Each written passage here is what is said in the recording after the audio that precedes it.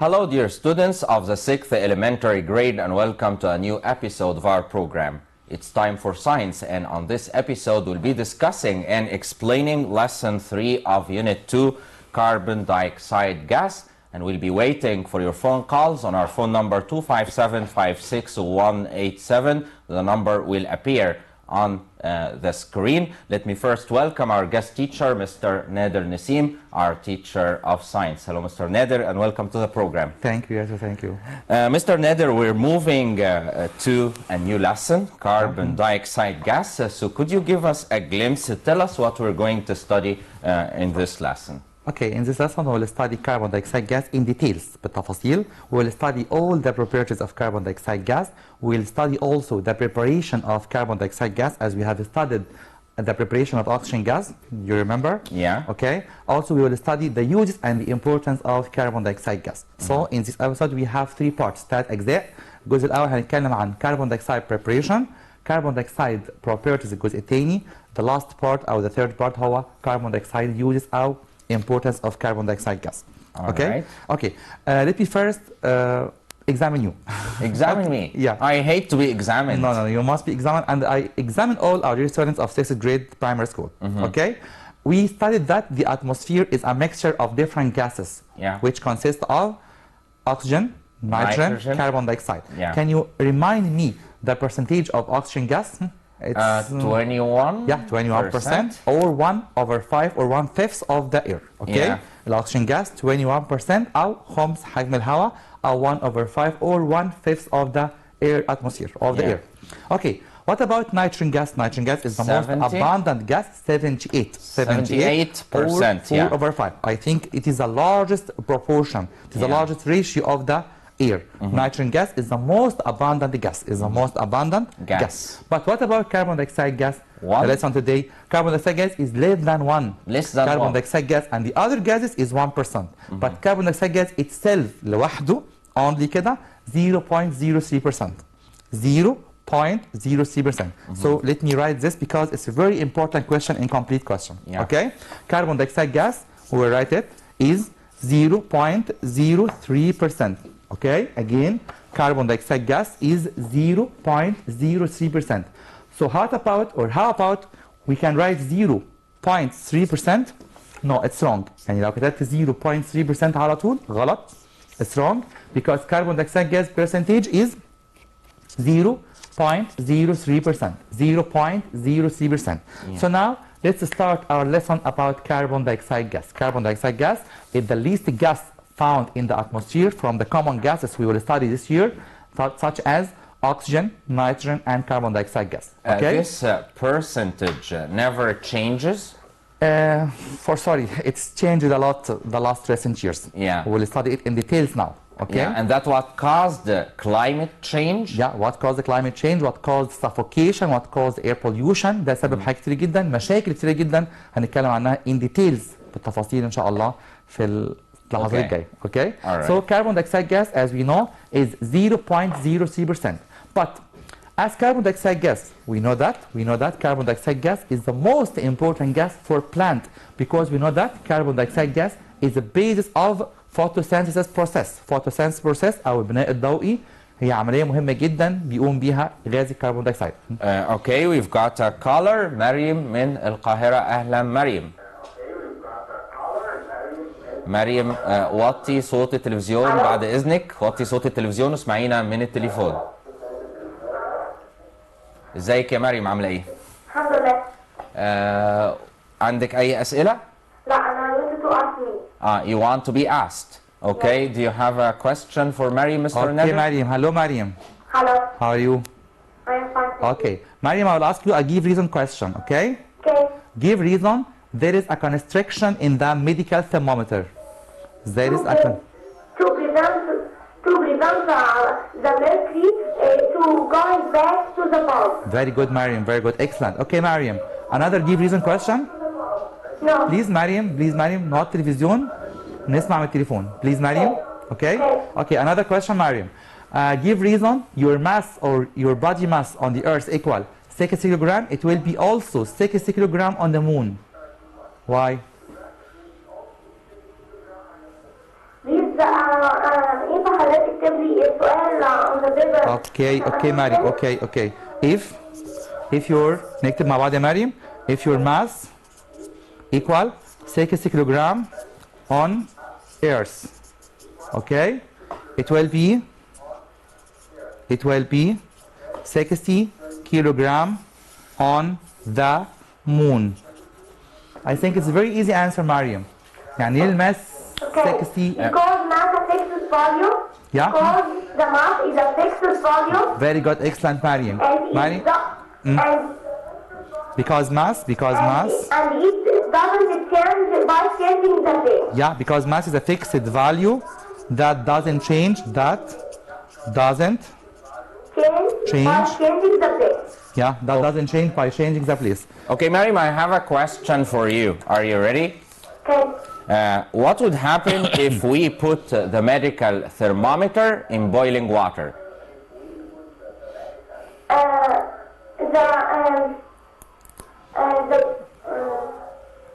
What happened what happened يا What مريم? would happen if we put the medical thermometer in boiling water?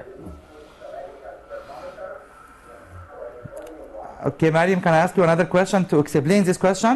Is it hard? No, it's very easy. Mariam, what is the scale of the medical thermometer? Scale.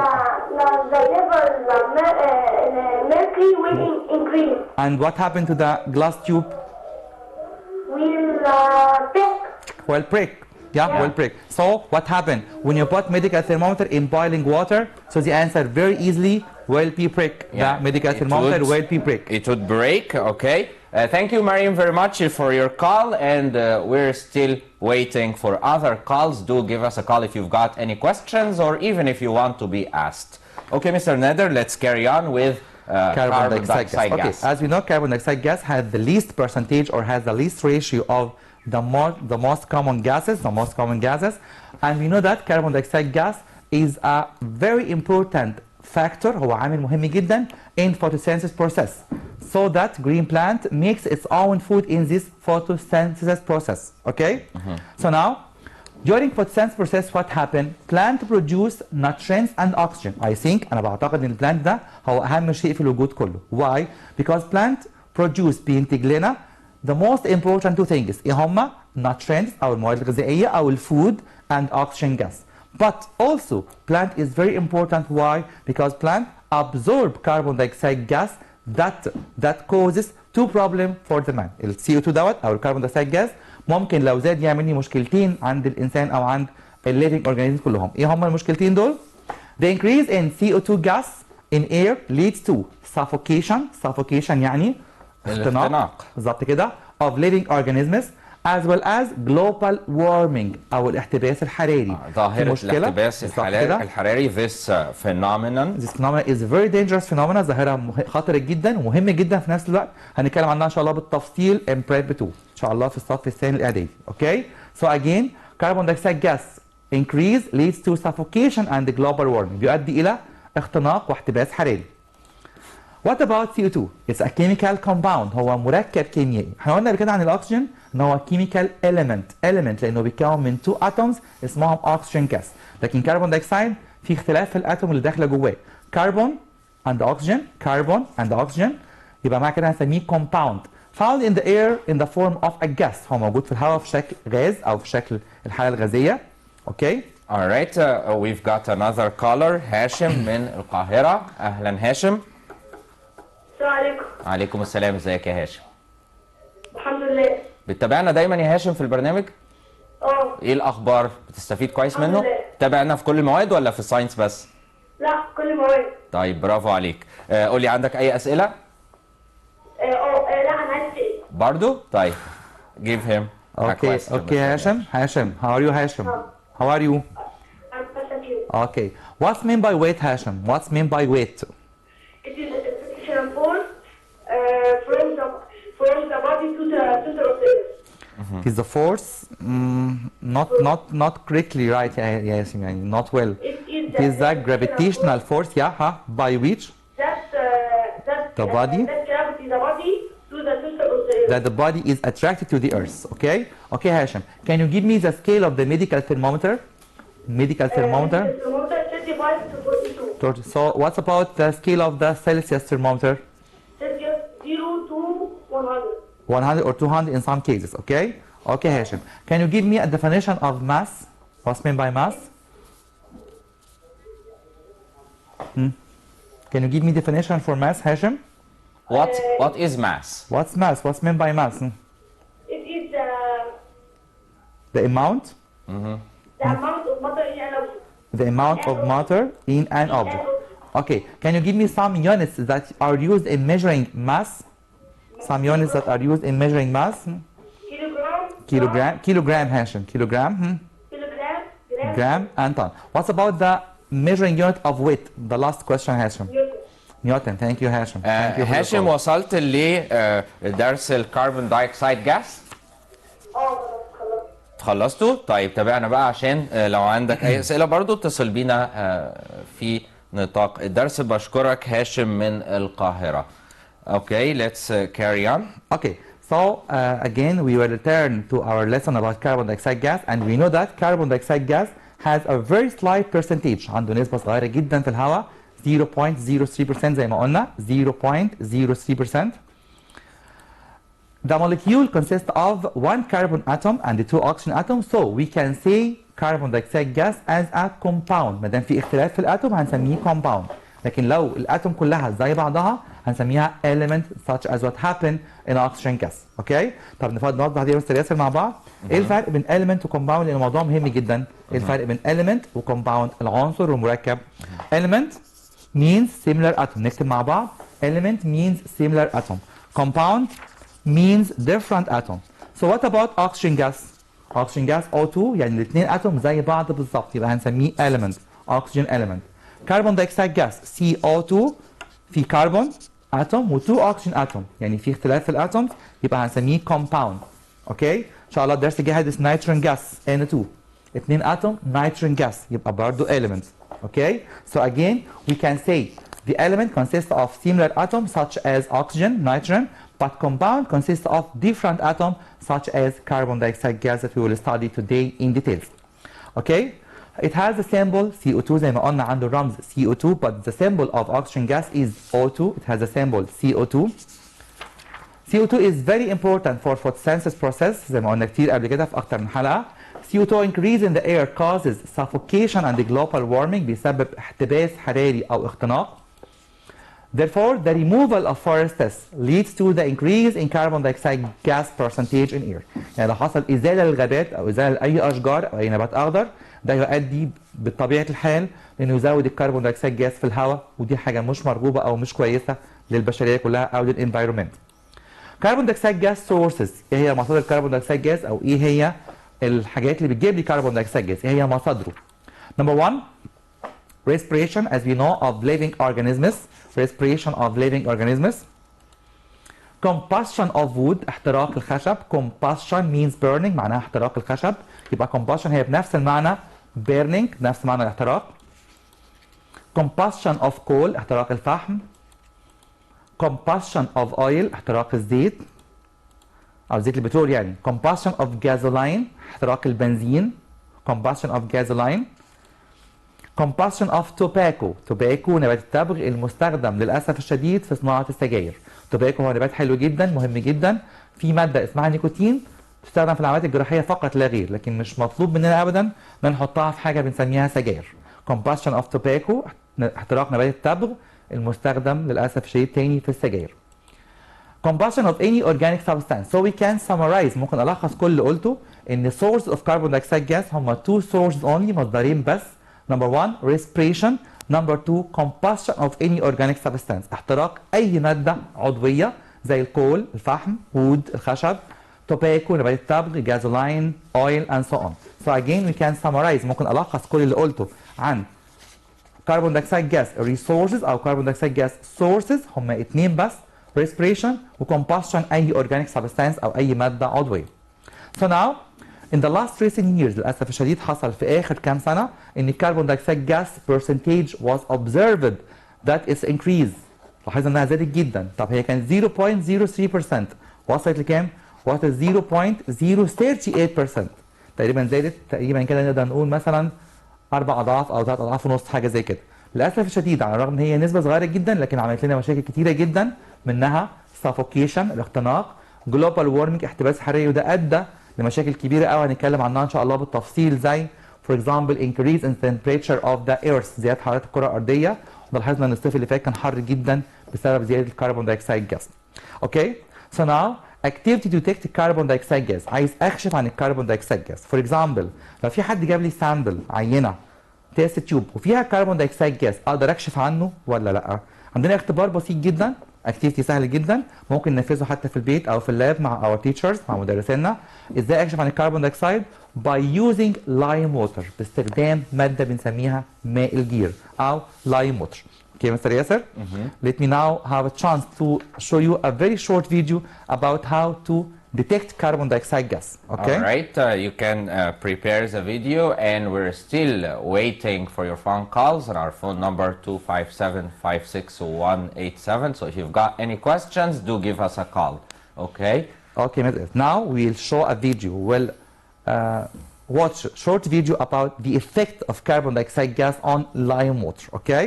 Now let us see what happened on blowing air or blowing carbon dioxide gas in lime water. At first, Mr. Yasser, look here. What is the color of lime water? Look here. What is the color of lime water?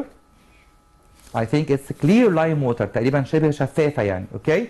What happened to clear lime water after a while or after some minutes by blowing carbon dioxide gas in the lime water? I think it changes milky. لونها بيغمق شوية أو بيتعكر أكتر. Changes milky or cloudy or turbid. Okay? All right, we've got a caller, زياد من القاهرة. أهلا بيك يا زياد.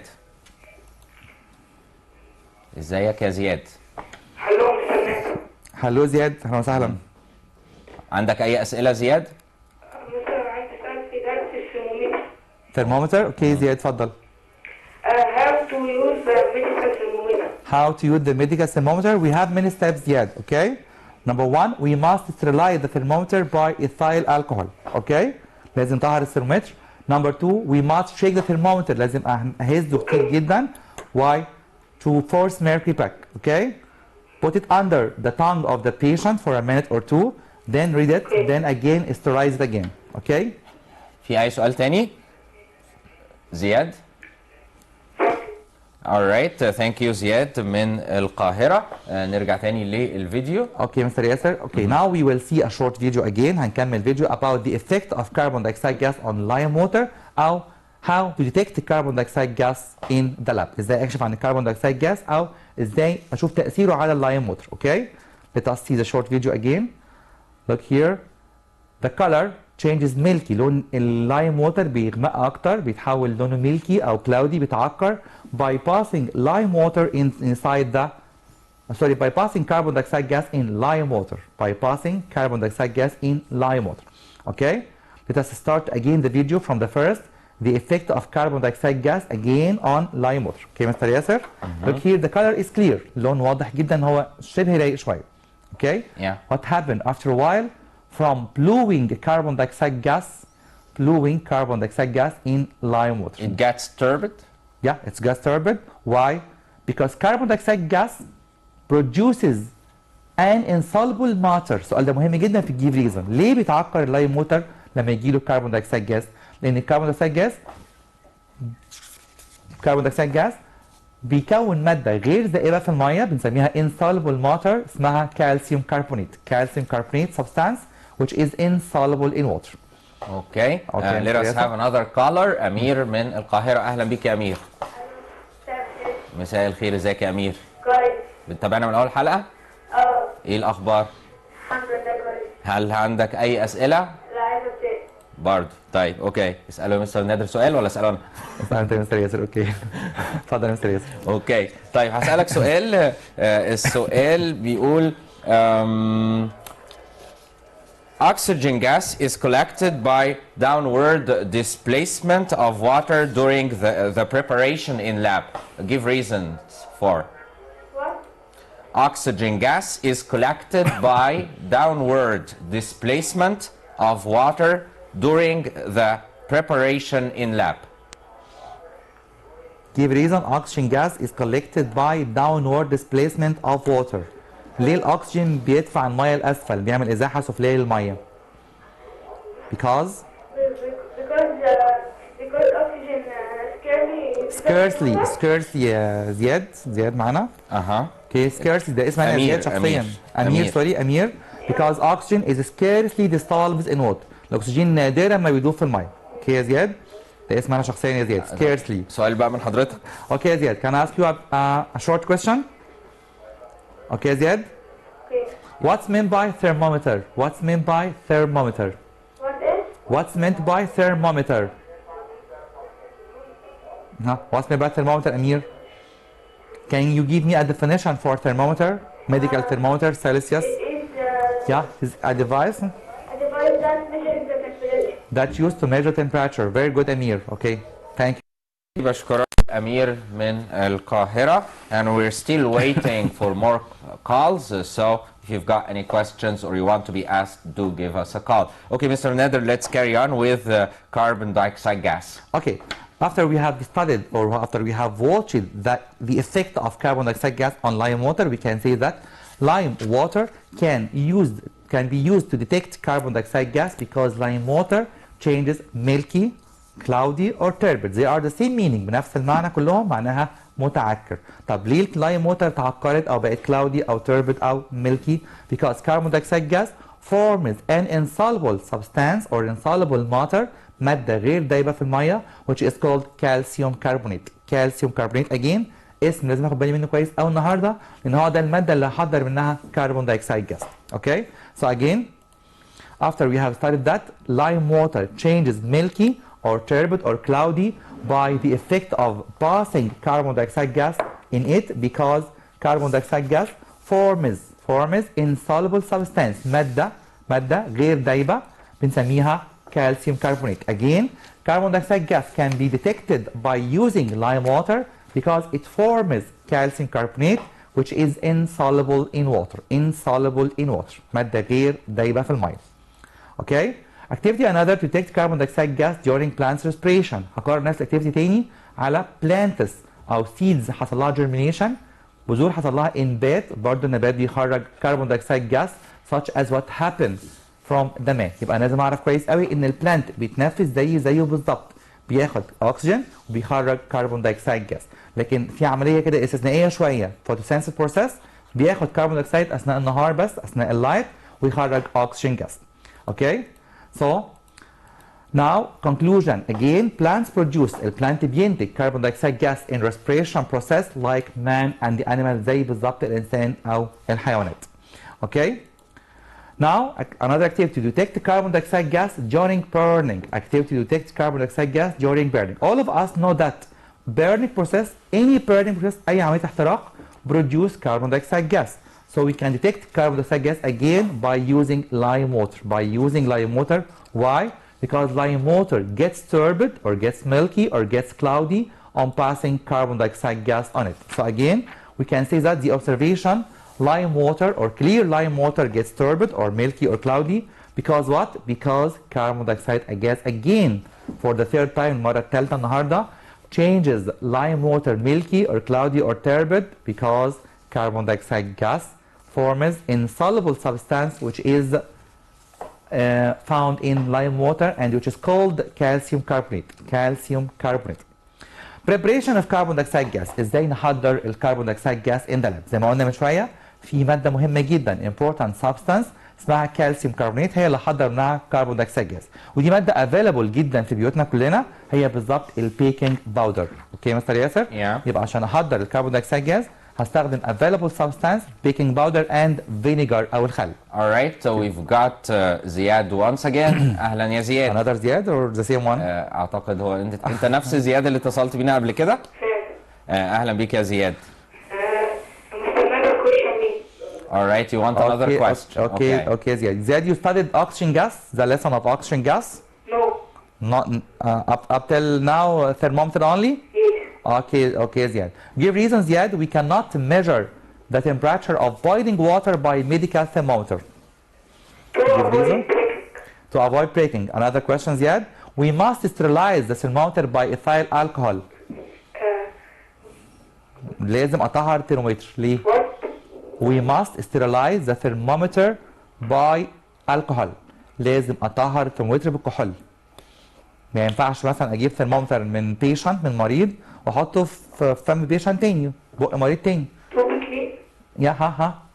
To avoid what? avoid اتجنب الامراض. To avoid diseases. To avoid infection with disease. اتجنب الاصابه بالامراض. Okay. To avoid infection with disease. Okay, Ziad. Can you give me some examples of good conductors of heat? Good conductors. Aluminium. Iron. Copper. That's enough. Another example of bad conductors of heat. Bad conductors of heat. Bad conductors, plastic, glass, air, paper. Okay. What about air, Ziad? Air is a bad conductor or good conductor? bad conductor. Thank you, Ziad. Thank you for your call. Alright, thank you زياد من القاهرة. ونرجع تاني للكربون دايوكسيد جاس. نرجع للpreparation of carbon dioxide gas. ازاي نحضر carbon dioxide gas. Now we have another video about how to prepare carbon dioxide gas. But before we watch this video, قبل ما نشوفه هنعرف ازاي نحضر الكربون دايوكسيد جاس. اوكي مستر ياسر؟ Alright. في important drawing، رسم مهم جدا للكربون دايوكسيد جاس. لازم مش اعرف ارسمه، لكن اعرف اعمل عليه ليبلينج او احط البيانات عليه. بعمل ليبلينج بس في برايمري 6، لكن طبعا لو عايز ارسم يعني اوكي ممكن نرسم مع بعض. اوكي نرسم ازاي نحضر كربون دايوكسيد جاس. I have a flask like this. عندي flask such as what happened in oxygen، زي الاكسجين بالظبط. and stopper with 2 holes. funnel with a tap، قمع وليه حنفيه او صنبور. in this funnel I will produce some hydrochloric acid.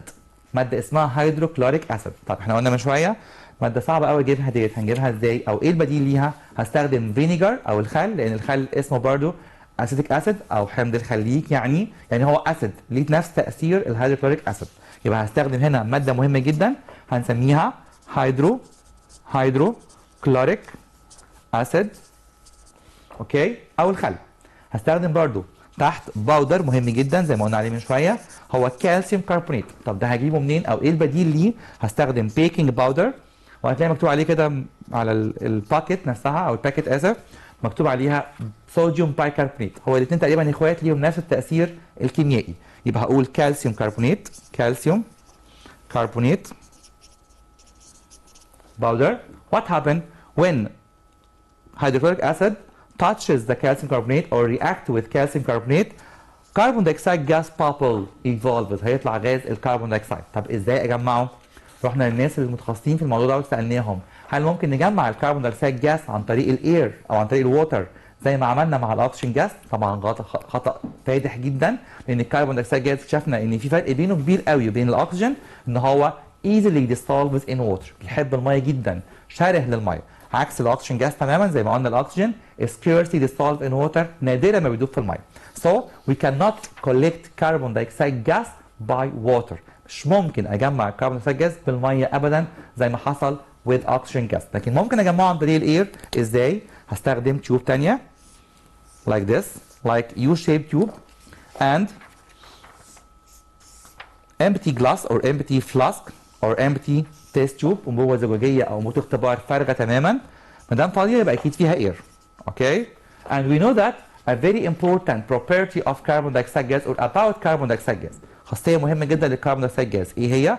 ان هو heavier than air، اتقل من الهواء، اتقل من الهواء. يبقى هيعمل ايه؟ هيعمل upward displacement للاير، ازاحه علويه للهواء، يعني كأنه هو هينزل تحت هنا inside the test tube وهيعمل دفع الهواء لاعلى، هيعمل upward displacement of air. يبقى تماما بحضر الكربون دايوكسيد او بجمعه او بعمل له collection، عكس الاكسجين تماما ان بعمل له upward displacement of air، لكن الاكسجين كنت بعمل له downward displacement of water.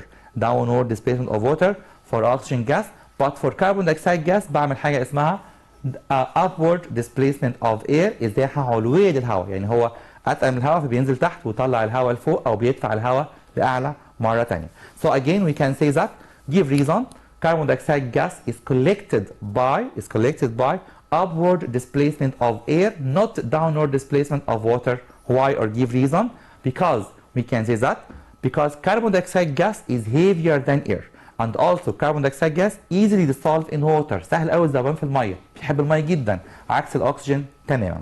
So now we can prepare carbon dioxide gas in the lab by adding hydrochloric acid or any acid, أي acid available at home such as vinegar, such as lemon juice. برضه عصير الليمون، عصير الليمون الكونسنتريتد المركز من غير ميه هعتبره برضه acid قوي جدا، وهستخدم معاه كالسيوم كربونات او اي ماده available متاحه عندنا في البيت او بديل ليها زي البيكنج باودر ومكتوب عليها قلنا على الباكت من ورا في الخلف تقريبا كده صوديوم بايكربونات. اوكي. So again we can collect carbon dioxide gas by upward displacement of air, not downward displacement of water, such as what happened in oxygen gas. So now we can set an apparatus. ممكن نجهز الجهاز دوت او الفلاسك والتوب والفانل عشان احضر الكربون دايوكسيد gas, and at last we will prepare or collect carbon dioxide gas by upward displacement of air, not downward displacement of water. Okay, Mr. Yasser. Right. Now let us see the image, the very important image of how to prepare carbon dioxide gas. نشوف مع بعض صورة مهمة جدا تحضير الكربون دايوكسيد gas. Look here, Mr. Yasser. I think this picture or this image is very similar to what happened in preparation of oxygen gas.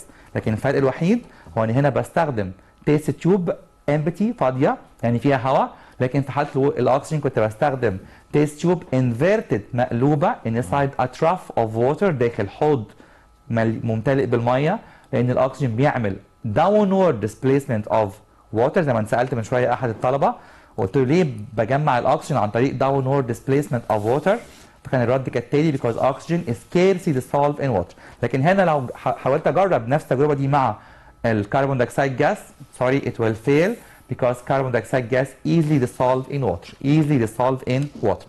So now Mr. Yasser, let me show you a very important and short video about how to prepare carbon dioxide gas. Okay? Okay. But so note Mr. Yasser, this video has a wrong. في خطأ في الفيديو دوت. اوكي يا ريت حد من الطلبه اللي بيسمعونا دلوقتي يكتشف الخطا ويكلمنا بسرعه يقول لنا ايه الغلطه موجوده فين. This is really good. There is some mistake in this video you're gonna see. So if you know what this mistake is, do give us a call and let us see if you really know the correct answer. Okay. يبقى اللي صمم الفيديو دوت هو قاصد انه يحط فيه خطأ علمي scientific wrong او scientific error عشان نشوف الطلبة مركزين معانا ولا مش مركزين. Okay, now let us see a very important video about how to prepare carbon dioxide gas. Look here, marble chips. ده بديل تاني خالص للكالسيوم كربونات او قطع الرخام البيج اللي هو بنسميه ماربل، ده اللي موجود فيه كالسيوم كربونات لكن مش الرخام الجرانيت، مش نوع تاني خالص يعني. اوكي. flask for preparation of carbon dioxide gas. I have a flask here. Okay. two-holed cork يعني سدادة ليها فتحتين أو two holes ثقبين. sessile funnel يعني funnel ممكن أتحكم في مرور السائل منه. delivery tube أنبوبة التوصيل هتوصل الكربون دايوكسيد. اوكي مستر ياسر. أتمنى أنك تكتشف الخطأ أسرع من الطلبة. اوكي. This is the trough of water or bowl of water. Okay. Now we will put calcium carbonate or the marble chips in the flask. هحط هنا الكالسيوم كربونات في الفلاسك. Okay. After that I close the flask with the two holes cork. هنقفلها بالسدادة اللي ليها ثقبين أو فتحتين. Okay. After that we will put the funnel, sessile funnel. Okay. And pour some hydrochloric acid or any acid available at home such as vinegar or lemon juice. The delivery tube goes to water. Okay, Mr. Yasser? Yeah. Look here what happened on preparation of carbon dioxide gas. Okay?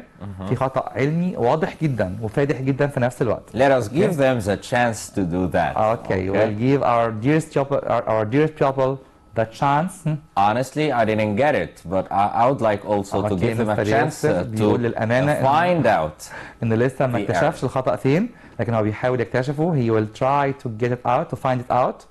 Okay, I put here hydrochloric acid on the calcium carbonate, and I can see that carbon dioxide gas bubbles go from this tube to the delivery tube to the water. Look here, what happened? Carbon dioxide gas goes to water and pushes water downward. بيدفع المية لأسفل. تاني بقى خطأ واضح قوي كده، خطأ واضح جدا ان الكربون دايوكسيد gas pushes water downward. So it's upward. Yeah. But I'm not gonna say it. It's yeah, okay. You can't say any word because give our dear people chance to find out the wrong, okay? Okay.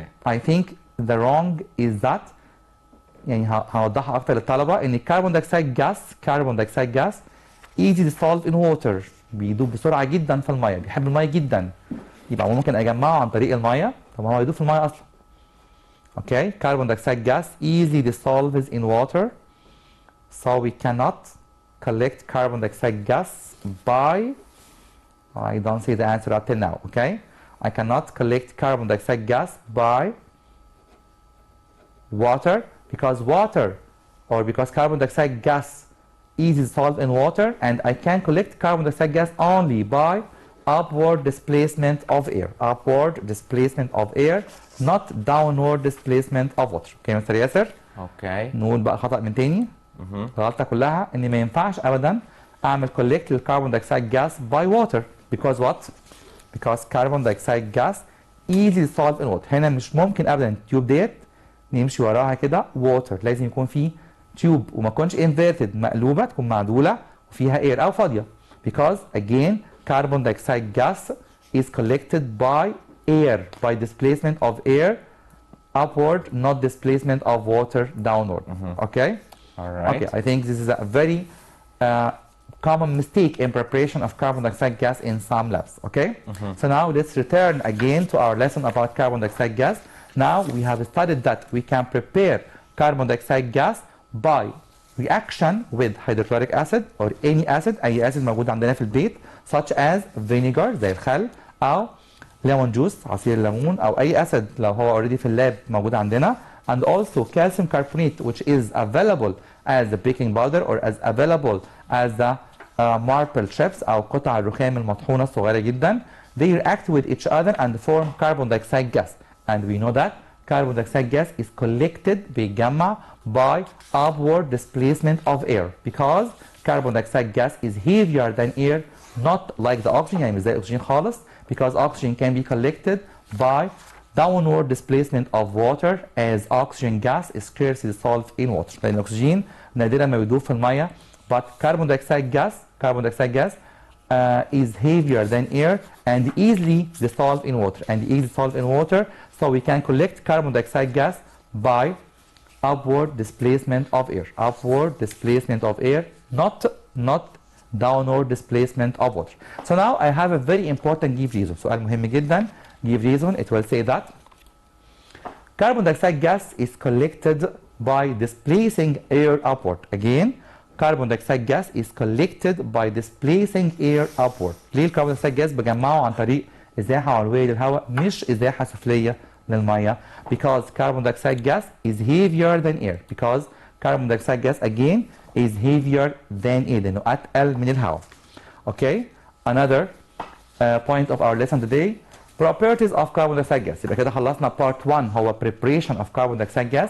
نتكلم عن part 2 properties of carbon dioxide gas أو خواص غاز الكربون دايوكسيد. Number 1, it's colorless, tasteless and odorless زيه زي الأكسجين gas. colorless عديم اللون، tasteless عديم الطعم، odorless عديم الرائحة. Number 2, it's heavier than air أتقل من الهواء and so it is collected by upward displacing of air. موضوع مهم جدا واتكلمنا عنه كتير قوي النهارده.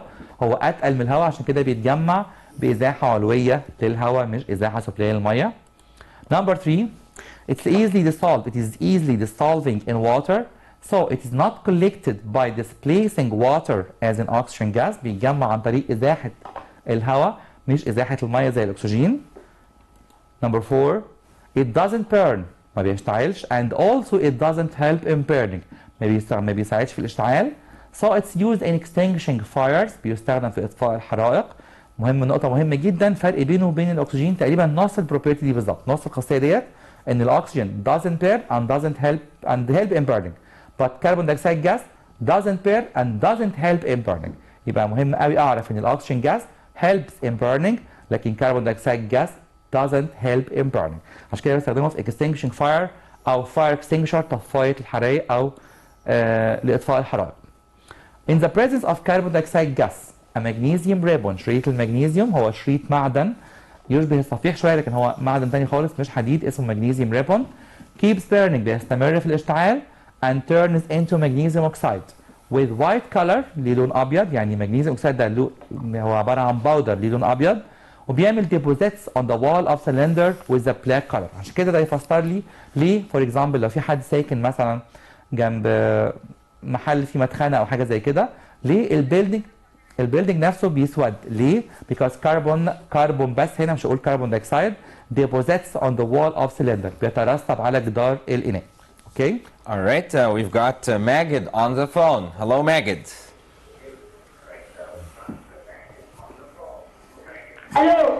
أهلا يا ماجد، وطي التلفزيون بعد إذنك. الو. الو مستر. الو مستر. أهلا بيك يا ماجد، اتفضل. عندك أي سؤال لمستر نادر؟ انا عايزه اشيل. عايز تتسأل. طيب أوكي. الحنجرة. لا انا عايزه اشيل. اوكي ماجد اوكي هنسألك بس طب إيه رأيك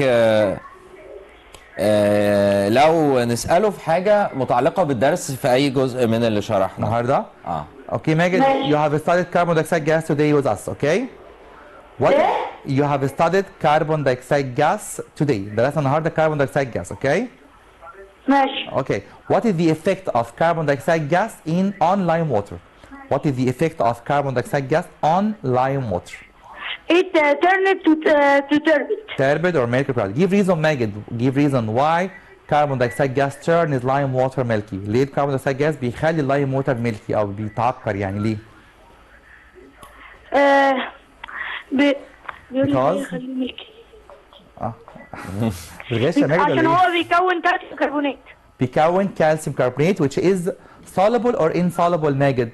soluble or insoluble هو الكربون دايوكسيد جاز الكالسيوم كربونات ماده بتدوب في الميه ولا بتدوبش يا ماجد؟ انسوليبل. يعني ايه insoluble يا ماجد؟ ايه؟ يعني ايه insoluble؟ يعني انسوليبل يعني ما يختلطش بسرعه. لا يعني ما بتدوبش في الميه صح كده زي الرمله لو حطينا رمله في الميه تعكر لكن لو حطينا سولت ملح هيدوب في الميه فمش هيتعكر اوكي يبقى عشان كده اللايم ووتر gets turbid بتعكر because calcium carbonate is insoluble in water اوكي او lime water اوكي شكرا ليك ماجد من القاهره. طيب نرجع تاني درس يعني فاضل تقريبا حوالي 6 دقايق على الحلقه فيا ريت لو حضرتك هتقول حاجه هنخلص البروبرتيز واليوزز بسرعه جدا هم ما بياخدوش وقت كتير ان شاء الله. اوكي so now the importance of carbon dioxide gas درسنا كويس البروبرتيز of carbon dioxide gas قلنا ان هو colorless, tasteless, odorless, doesn't burn and doesn't help in burning, heavier than air, easily dissolved in water. دي مشكلته مع الميه بيحب الميه جدا جدا فبيدوب جواها وعشان كده في جوس او في سيرب مشروب مشهور جدا مش هنقول اسماء بقى عشان الماركات هو عباره عن sugary solution dissolved in carbon dioxide gas او carbon dioxide gas dissolved in sugary solution. هو اي soft beverage اي مشروب غازي هو عباره عن حاجتين مع بعض هو sugar solution محلول سكري داخل معاه carbon dioxide gas. Okay? So now the importance of carbon dioxide gas number one اول اهميه للكربون dioxide gas CO2 is used in refrigeration بيستخدم في التبريد by converting it into liquid by pressure and cooling again. اتفضل يا مستر ياسر. معانا مريم على التليفون. اهلا بيك يا مريم. الو. اهلا بيك يا مريم. الحمد لله. مريم انت اول مره تتصلي بينا النهارده ولا عشان كان في مريم تانية في اول حلقه؟ لا انا مريم انا اتصلت بيكوا قبل كده. طيب قولي لي هل في اي اسئله ولا عايزه تسالي برضه؟ لا عايزه اتسال تاني. اوكي اسالها يا مستر. اوكي مريم you studied oxygen gas مريم؟ درستي oxygen gas؟ No up till now no. أول مرة أفهمه من حضرتك النهاردة. تمام لا أنا بتكلم على الأكسجين جاز يا مريم مش كربون دايوكسيد جاز أكسجين جاز. الأكسجين يس. أوكي how we can prepare oxygen gas from what substance؟ إزاي أحضر الأكسجين؟ مادة اسمها إيه اللي بتديني أكسجين and water؟ الهيدروجين بروكسيد. Very good hydrogen peroxide and hydrogen peroxide gas hydrogen peroxide solution decomposes in the presence of what؟ بيتحلل أو بيتفاعل في وجود water and oxygen. هو بيتحلل يديني اوكسجين اند ووتر، لكن بيتحلل في وجود مين؟ كان في كاتاليست مهم قوي، عامل حفاز the مهم جدا. catalyst is a manganese dioxide. Very good, manganese dioxide powder. So can you give me a definition for the catalyst? What's meant by catalyst? Catalyst. Definition for the catalyst. What's meant by catalyst? It's a chemical substance. Yeah, chemical substance. Doesn't change. Doesn't change in its properties. برافو يا مريم. And quantities after the reaction. Okay.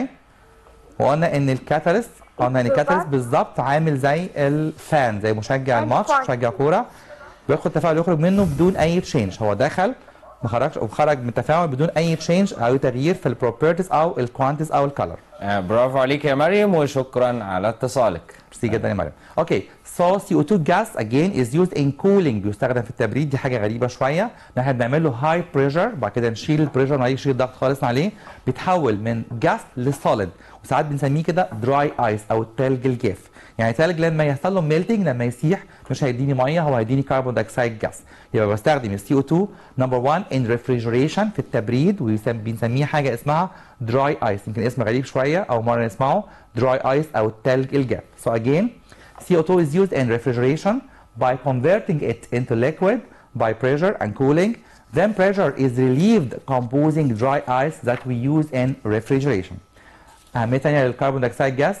CO2 gas is used in extinguishing fire as we have said in this episode. قلنا النهارده كتير قوي ان هو doesn't burn and doesn't help in burning، عشان كده بيستخدم في اطفاء الحرائق. doesn't help in burning, so it's used in extinguishing fire. Another picture for the extinguishing fire أو طفاية الحريق. Okay. Another use استخدام تاني للكربون دايوكسيد. So it is used in making soft drinks، المشروبات الغازية. وقلنا هي عبارة عن حاجتين، هو sugary solution، محلول سكري أو مية سكر يعني، بلس أو داخل فيها أو دايب جواها كربون دايوكسيد. وده اللي يفسر لي ليه الكربون دايوكسيد easy dissolved in water، بيدوب في المية بسهولة جدا، عشان كده بلاقيه في السوفت بيفرجز. اوكي. الوقت بدأ يدهمنا مستر ياسر. دقيقة بالظبط.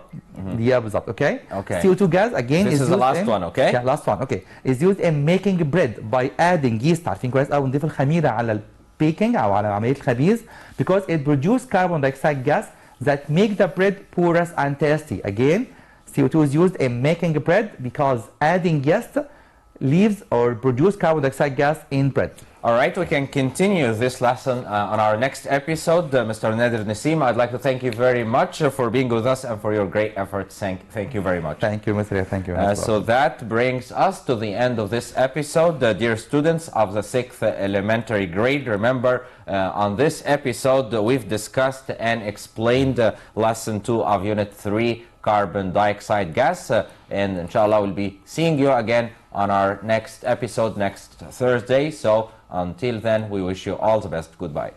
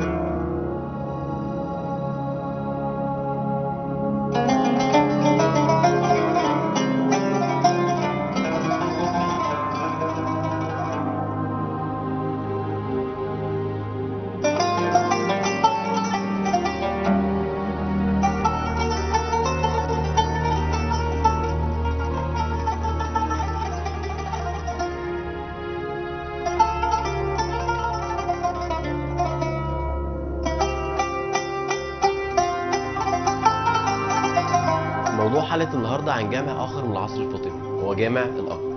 جامع الأقمر من المساجد الجامعة أو المساجد اللي أنشئت أو شيدت على نفس النسق الخاص بمسجد زي جامع الحاكم أو جامع الأزهر أو الجوامع السابقة ليه زي جامع أحمد بن طولون أو جامع عمرو بن العاص.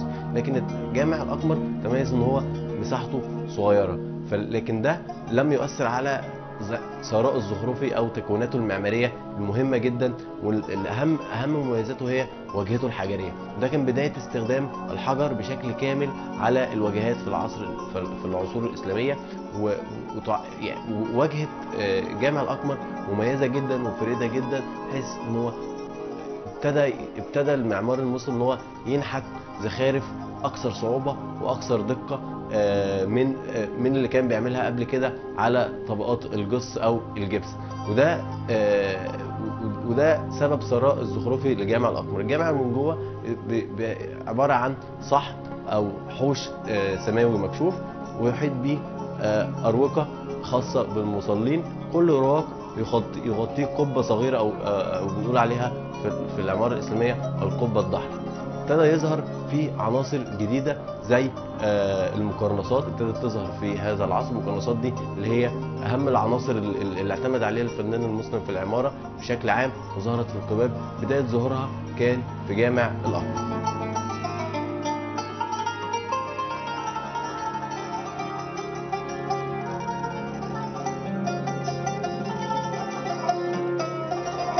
جامع الأقمر أنشأه الخليفة الآمر بأحكام الله سنة 519 هجرية، ولكن حصل عليه تعديلات أو تجديدات كثيرة، كان من أشهرها على يد الأمير يلبغ السالمي، وهو أحد أمراء العصر المملوكي.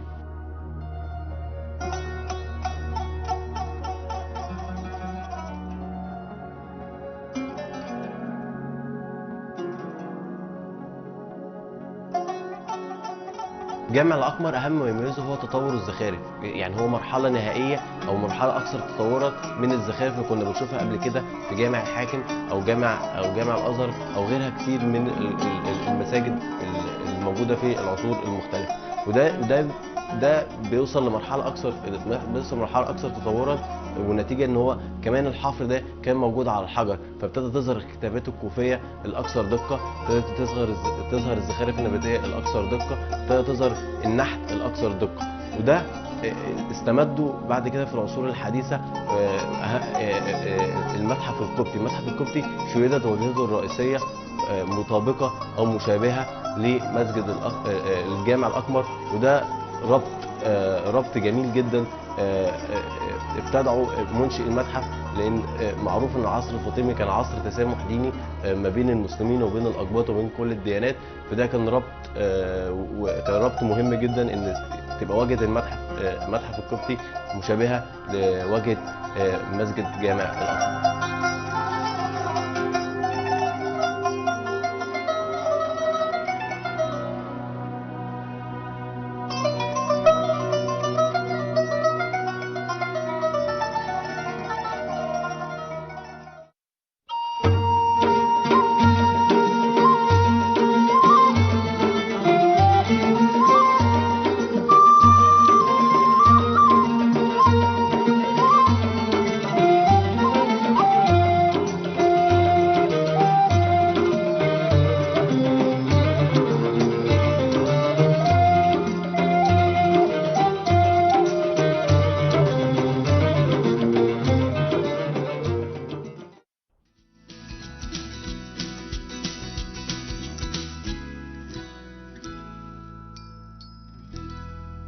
فقط وحصريا على مصر التعليمية، مدرسة على الهواء للشهادات العامة، تشاهدونه في الأوقات التالية: